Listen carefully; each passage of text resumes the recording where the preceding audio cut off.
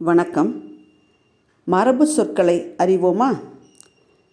காய்கறிகளின் பிஞ்சுகளுக்கான மரபு சொற்கள், தாவர உறுப்புகளுக்கான மரபு சொற்கள், செடி கொடிகளுக்கான தொகுப்பு இடத்துக்கான மரபு சொற்கள், இவற்றை இங்கு அறியலாம். பலா பிஞ்சு, பலா மூசு, வாழை பிஞ்சு, வாழை கச்சல், முருங்கை பிஞ்சு, முருங்கை சரடு, அவரை பிஞ்சு, அவரை பொட்டு, மாம்பிஞ்சு, மாவடு, இளந்தேங்காய் வழுக்கை, முற்றிய தேங்காய் நெற்று.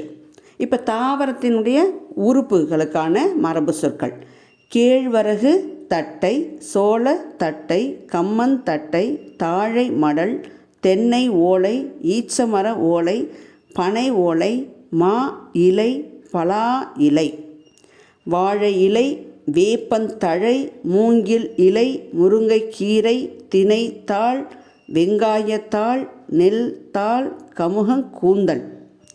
அடுத்தது தொகுப்பிடத்திற்கான மரபு சொற்கள்: பூஞ்சோலை, பூந்தோட்டம், வாழை தோட்டம், தேயிலை தோட்டம், வெற்றிலை தோட்டம், கம்மங்கொல்லை, கருப்பங்கொல்லை, சோளக்கொல்லை, வேலங்காடு, ஆலங்காடு, மாந்தோப்பு, தென்னந்தோப்பு, முந்திரி தோப்பு, பலாத்தோப்பு, சவுக்குத்தோப்பு, இலுப்பை மரத்தோப்பு. இந்த தோட்டத்துக்கும் தோப்புக்கும் ஒரு வித்தியாசம்.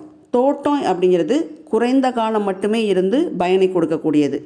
தோப்பு என்பது நீண்ட காலத்திற்கு நிலையாக இருந்து மீண்டும் மீண்டும் பயன்களை கொடுக்கக்கூடிய தொகுப்பு தான் தோப்புன்னு சொல்லுவோம். நன்றி.